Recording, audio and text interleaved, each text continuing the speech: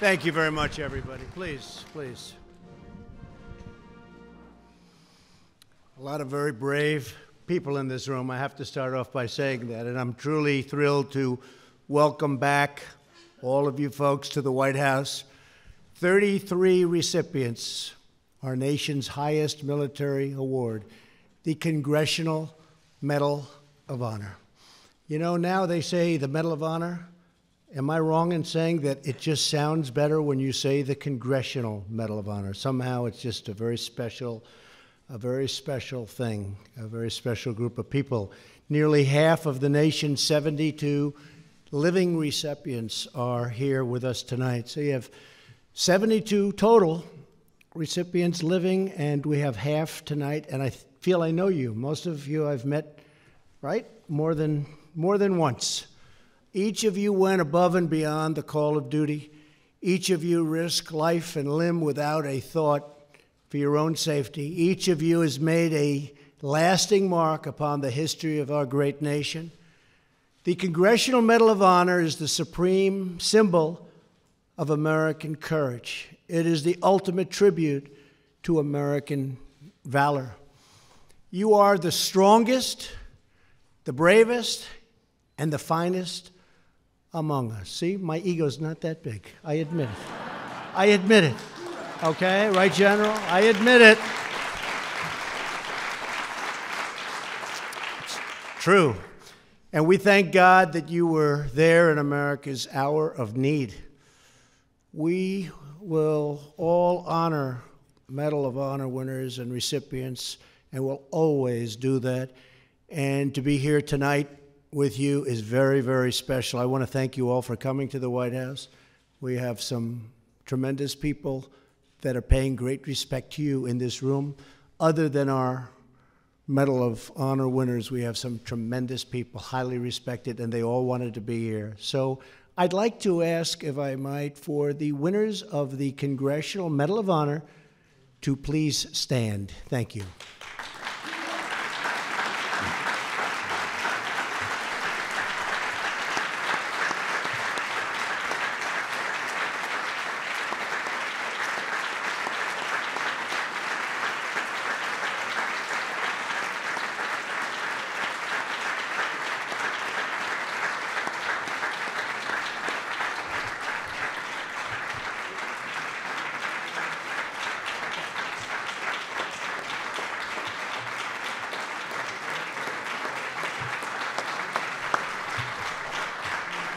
Thank you very much. That's really something. Before continuing, I'd like to provide an update on our preparations for the incoming hurricanes. We have some really big situation confronting us. It's coming in fairly fast, and it's going to be one of the biggest to ever hit the East Coast, one of the biggest to ever hit our country. Maybe something will happen, but it's looking like that probably won't be taking place, unfortunately, meaning veering away from land. My administration is in close coordination with state and local authorities and FEMA. These are tremendous people also, as you know, has already placed extensive resources on the ground, including search and rescue experts, power restoration, and medical support. Tremendous people working on the hurricane, first responders, law enforcement, and FEMA, and they're all ready, and we're getting tremendous accolades from politicians and the people. We are ready, but this is going to be one of the biggest ones to ever hit our country. Residents in the path of these devastating storms should comply with all evacuation orders and other emergency instructions. Protection of life is the absolute highest priority, and that's what we're doing. It's called protection of life. So God bless everybody, and be careful. Thank you.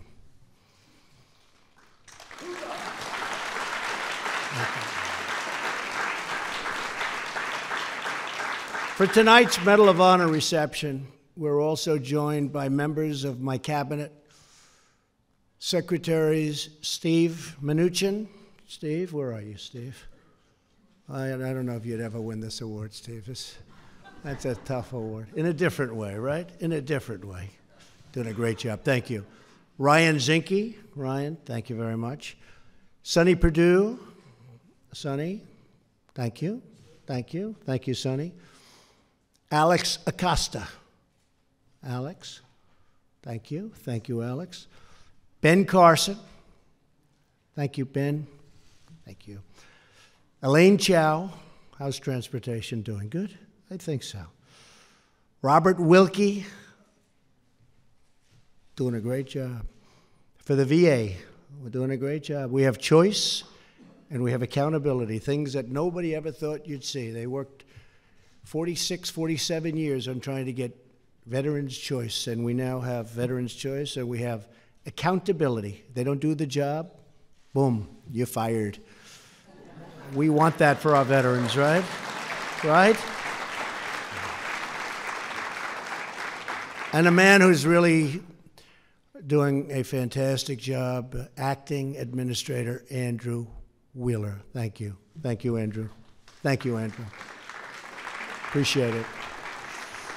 We're grateful to the distinguished military leaders in attendance, including Secretary of the Navy, Richard Spencer. Thank you.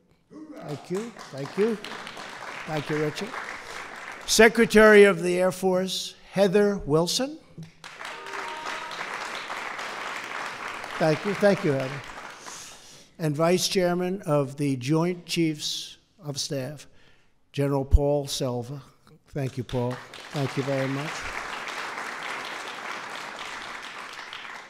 And one of my favorite members of the Joint Chiefs. Stand up, you two. What a job. Two of you. Come on, stand up.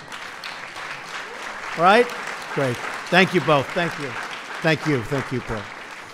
I also want to thank Representative Mo Brooks for joining us tonight. Great gentleman, wherever you are, Mo. Thank you, Mo. And a very special thank you to the members of the Congressional Medal of Honor Society. Tonight we're privileged to be in the company of America's greatest heroes. Joining us this evening are three extraordinary Americans who I had the privilege of presenting the Medal of Honor to: Jim McClellan, Mike Rose, and Britt Slabinski. Please stand up, please. Please, thank you. Thank you, fellas. Proud of you. We also are very proud to have among us a Marine who served in World War II and who fought heroically at Iwo Jima. In just a few weeks, he will celebrate his 95th birthday. He's a friend of mine. I've gotten to know him. Woody Williams. Woody. 95. You look good, Woody.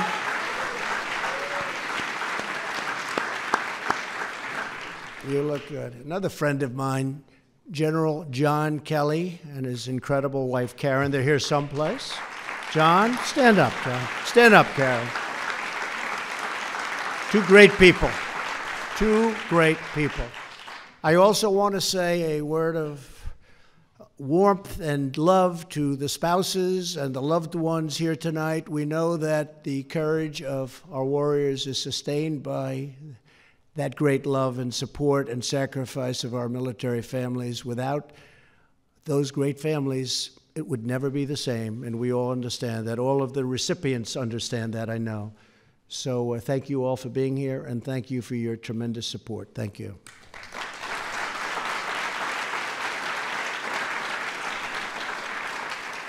The Congressional Medal of Honor recipients here with us tonight come with and from cities and towns all across our nation, and they fought for America in fields of battle all across the world. In Vietnam, Bruce Crandall flew a helicopter full speed ahead, straight into enemy fire, and it was a lot of fire from what I understand, Bruce. Not once, not twice, but 22 times. Bruce, you can have that job, okay? Where's Bruce? Bruce. Thank you, Bruce. 22 times.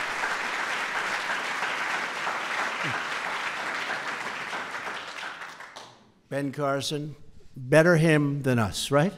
Huh? In Korea, Hiroshi Miyamura single-handedly battled an overwhelming number of enemy fighters without reinforcements. They didn't come. They weren't there. He treated the wounded and kept on fighting while enduring severe wounds of his own. Where is he? Where is he? Please.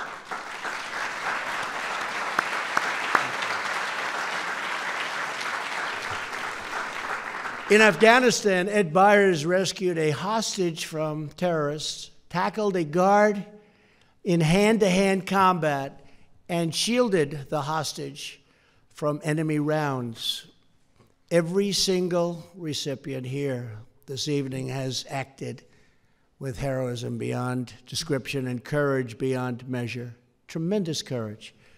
You inspire dread in our enemies, awe in our friends, and universal admiration among freedom-loving people all around the world.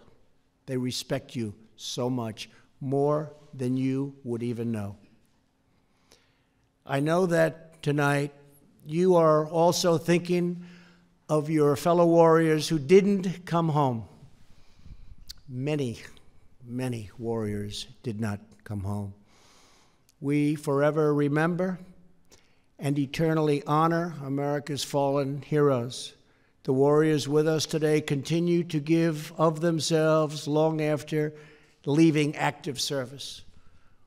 One of them is Sammy Davis. I know Sammy Davis, but it's a different Sammy Davis. Good name. Where's Sammy?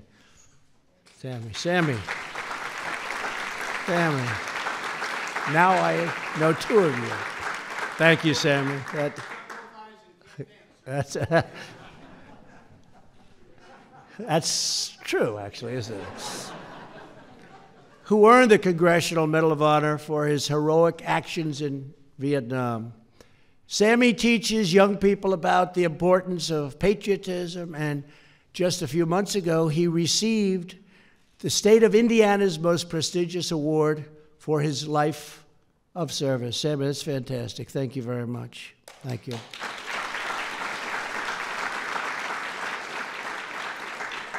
Also with us is Ronald Rosser, who fought in Korea and then became a police chief, a construction foreman, and a history teacher. A veteran of Operation Enduring Freedom, Leroy Petrie has since devoted his life to supporting our wonderful veterans. Thank you very much.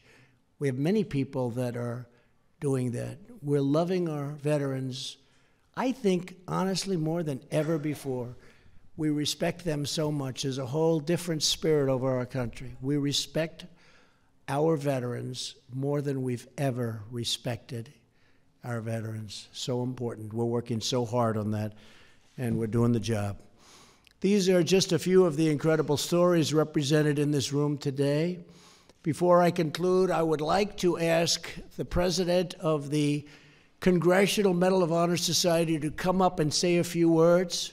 A friend of mine, we've met a number of times, and he's a good man and a little bit of a character, and that's okay. I suspect you're all characters.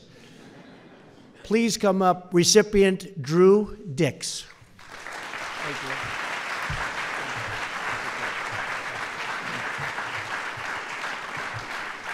Thank you, President Trump, for two things. One is honoring us with this invitation to the White House.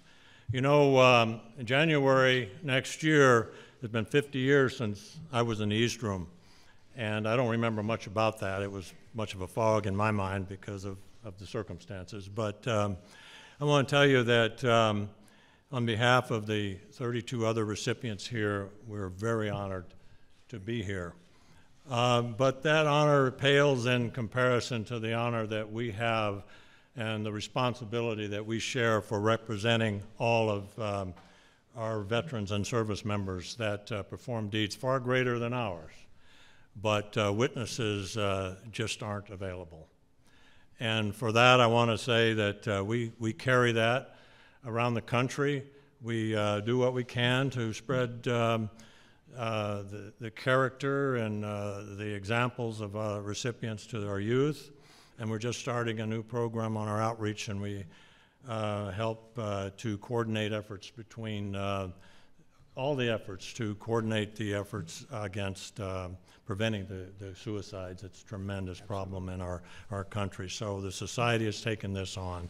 And I can't think of a better way to start a convention as right here from the White House and going over to Annapolis. So if we're all about, and if we're all about tradition, tradition starts here, and for the Navy folks, we're really proud to spend a week with the midshipmen over there. And thank you, sir, for all you do. Thank you, Drew, very much. Thank you very much. Thank you, Drew.